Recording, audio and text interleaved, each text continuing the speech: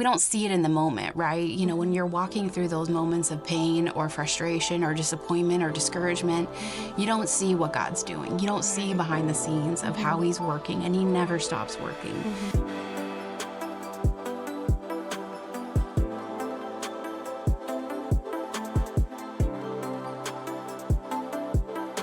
Welcome back to Her Story by Her Bible, a podcast that discusses the intersection between womanhood and the Bible. I'm Kiva, your host, and I have a very special guest with me today, Bethany Ware. She's a close friend of mine, and I can't wait to get into today's topic, which is faith and our special friends in the Bible. So, Bethany Ware, thank you for being here today. I'm calling her Bethany Ware, but I love to say Bethany or Bestany. That's what we call her. So, thanks for joining us today. Thanks for having me, Kiva. Excited to be here. Before we get into her story, I want to do a quick icebreaker. So this or that. You ready? I'm ready. All right. So Sephora or Ulta? Ulta. Okay. And why? I think they just have more options, and I feel like the service is better. Yeah, that's true. And the prices are better. That's true. Yeah. What about hair or makeup? Which one you absolutely have to have? Hair. Hair. Okay, yeah, I believe that too. A fresh face and a good hairstyle is absolutely okay. Yeah. It'd be strange if you had, really nice makeup and then your hair looking a mess. I know, right? That would be tough. Okay, well, let's see. Salty or sweet? So savories or sweets? Savory for sure. Okay. Yeah, I'm going to go with both. That wasn't an option, but I'm going to go with both. Yeah. Yeah, I said this before, but it's the salted caramel that's been getting me lately. Or I was also put onto the salt on top of dark chocolate. Ooh. It's really good. All right. Yeah. Well, that was fun. So let's hear a little bit more about your testimony and just how you got to where you are right now. If you could just kind of unpack that with us. Yeah. Yeah, my faith journey has been full of ups and downs, I'm sure, like many believers, you know. But I grew up in a Christian home, and so we were all about going to church on Sundays, Awana on Wednesdays, Bible studies, small groups, you know, the like. And so I came to faith at a young age, at 4 years old. Oh, wow. But I'd say there's three things that stick out in my mind, as far as what has shaped me and shaped my life and my faith journey. I'd say the first one is when my family moved to Italy, and they became missionaries there. And I also attended a small Bible college for a few months in Italy. And that was really when my faith really was shaped and kind of became my own. You know, for a long time, it felt like I was kind of maybe piggybacking off of what my parents believed and just said, oh, because my parents are Christians, I'm a Christian too.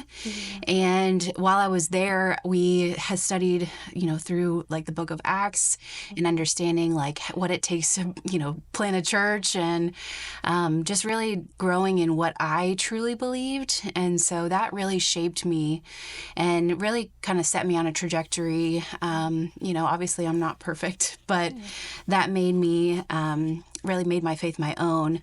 The second thing is moving back to the States. I joined a church plant. And we launched a church downtown. So I was part of that small group that launched it. And there I learned, how to be a servant to the Lord. And because it took a lot of my time and, being a part of the hospitality team and being a part of childcare and all the things that are involved with a church plant.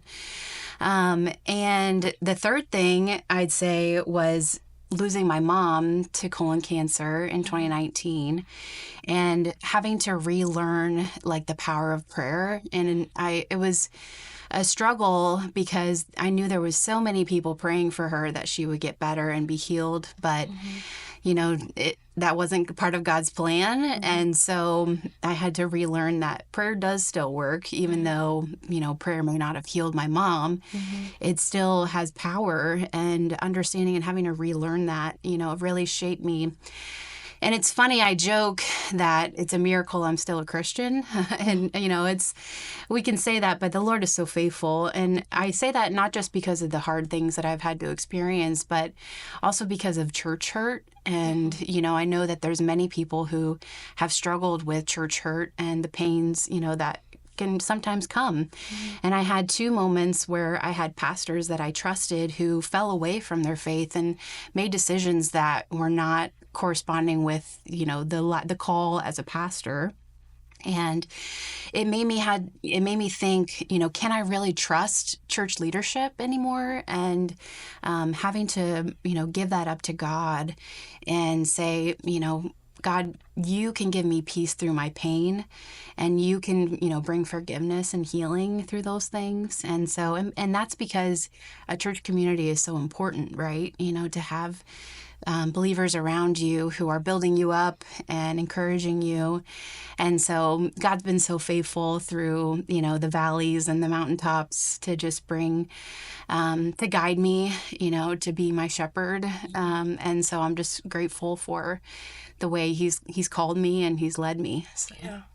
Well, that's so good. I had a question. When I'm listening to you, I hear you speak about a lot of pain. Mm-hmm. There could have been some confusion for moving from here to Italy, especially if you were a teenager and you had a big friend group, and then moving back and then having to deal with the loss of your mother, and even dealing with pain from, the hurt from your church and not being able to trust your church leaders. Right. And so I can think about one question: why? Did you struggle with that at all? Absolutely. I was 17, almost 18 when we moved to Italy. And so I was not old enough to stay back and live on my own. Yeah. And it's shocking to some people that I didn't want to go. Who would not want to go to Italy? Come on. Yeah.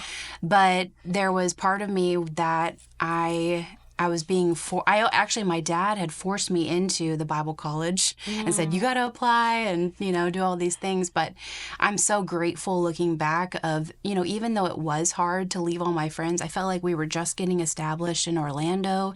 I was just building up my friend group, and then I had to leave. But then, we don't see it in the moment, right? When you're walking through those moments of pain or frustration or disappointment or discouragement, you don't see what God's doing. You don't see behind the scenes of how he's working, and he never stops working. So, yeah. Yeah. Well, that's good. Thank you for sharing that. Those are all, it seemed like some pivotal moments in your life that would really shape a person. And like you said, could even joke about, how are you even still a Christian? Because, that can really push a person to... Yeah, that song, Firm Foundation by Maverick City, and how it says, when everything around me is shaken, I've never been more glad that I put my faith in Jesus. Absolutely. And I just think about the people, and it breaks my heart to think about people who have to walk through similar valleys or similar pains, and they don't have their faith in Jesus. It breaks my heart, and I don't know how a lot of people survive those things, and it's so, the Lord is so faithful to bring things full circle and to bring healing and peace. Yeah, there could only be one love and one power that could get a person through that and not be broken. And so that's just, I appreciate you saying that and sharing that with us. Well, what about your favorite, or a few if you have more than one, biblical woman? Yeah. So the one that always sticks out in my mind is Deborah.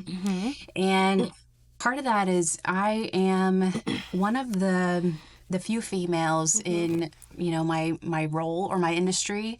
And so, and Deborah was similar, right? She was the only female judge, but she had such leadership and courage. And I am just so inspired by her because of how she was intimately acquainted with God and how she was able to hear from him so clearly. It's hard because I ask the Lord, speak to me, tell me what to do, right? Yeah. And sometimes we don't hear audibly from God, but he directs us, right? And so I just think about her, and also how she would partner with Barak. She would partner with Barak in the military and strategy, and it just shows that even the strongest leaders, they can't survive on their own. They need partnership, they need collaboration, and so not leaning on your own strength, but also tapping into the strengths of others, and that's what being a leader is all about. Yeah.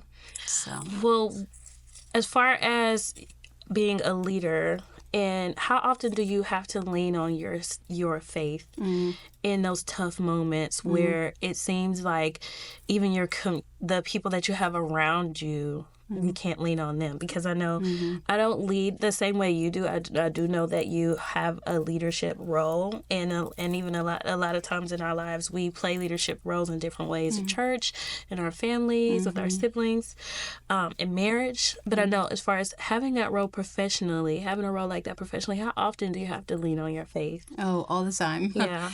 All the time. Yeah. And it's all about trusting in him when those hard times come and when decisions come up. I had sought some counsel from a wise friend of mine when I was trying to make a decision about something, and she walked me through this idea of when you make a decision, there's not a right and a wrong, right? God could have either one could be good for me, right? So either direction I take could be a path for me and growing me in my faith. Yeah. But the decision that I make, God's going to use that, right? Yeah. So we could feel so confident in our decisions and think that it's the right thing to do, and it ends up being horrible or a bad experience. But guess what? God grew you through that. Yeah. And so having to remind myself that when it comes time to make decisions as a leader, God's going to guide you through. So once you make that decision, right, he's given us free will to do so, but he's going to use it. Yeah. And he's going to empower you through that decision. So that's good. That's good. Well, I heard you mention oftentimes we make mistakes, and sometimes we feel like it's the right thing and we pray about it and we follow through with that decision, and it turned out to be not so great. Right. Well, in that space, what do you think are some other challenges that we face as women, or that women face in faith communities, and how do you think we can overcome those things? Women we've been, maybe shut down or looked down upon when wanting to speak out or speak up. And I feel like there's been times where we're seen as maybe the lesser sex, and in the matter of being able to speak up about truth, the gospel, etc.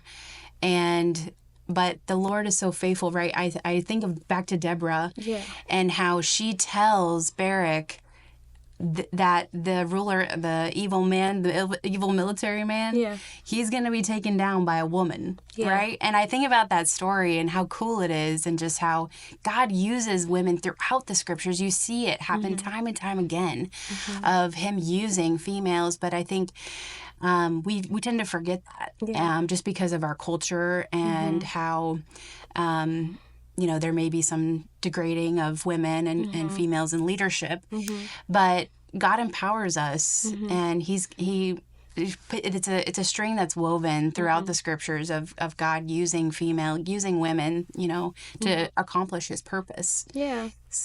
So you're saying the way that the thing that we would face, the issue that we would face is often feeling that and falling into that space in our culture where we feel less than, and I'm following you there because I know that is a thing, that's a stigma that a lot of women face, that they don't deserve higher leadership, roles or anything like that. And so what we should do is really remember how God made us and how he used us in scripture in so many different powerful ways that we should continue to remember that and just lean into it whenever, we feel like, because there's been times where I would second guess if what I would say in maybe like a development meeting or like a director's meeting, when I'm like, I probably shouldn't say anything, It's that imposter syndrome of you think that you don't belong there. Yeah. And that's not how we should be. Yeah. We should be trusting in the Lord that he has placed us for such a time and such a purpose. So whatever God has led you into, trust that he has put you there, and to not have this imposter syndrome of feeling like I'm lesser than and that I can't speak up or that. And so having that confidence in the Lord who's in you and in your heart and in your mind. So. Well, then the opposite to that too could be like, how we're the girls with the bigger personalities and more outspoken and can be have this commanding type of personality that kind of stands tall, and sometimes that can come off as intimidating. And then in that aspect, we could be treated like we need to settle down a little bit. And so that would be another time where we need not to have that imposter syndrome in our heads where we're telling us like, oh, maybe I should relax or not, not be so outspoken or not be so commanding in that way. But then just to remember in that space too, for those types of women, that hey, this is the way that God made you. Yeah. That's why Deborah's so inspiring to me, just because how she stepped up and she wasn't ashamed of being a female. And she even went, to them, even though she couldn't fight on the field, she was a military strategist and, finding the ways that God has empowered her and using that and not being ashamed of anything. Yeah. It's funny because Deborah's name means bee, like bumblebee, and people call me Bee. Oh, that's sweet. Short. And so that's cute. I'm always like, I'm like Deborah. Yeah. But, God empowers me. So. Well, that's great. So what about purpose? What do you think about how faith kind of pulls you through life and kind of leads you to your purpose? Yeah.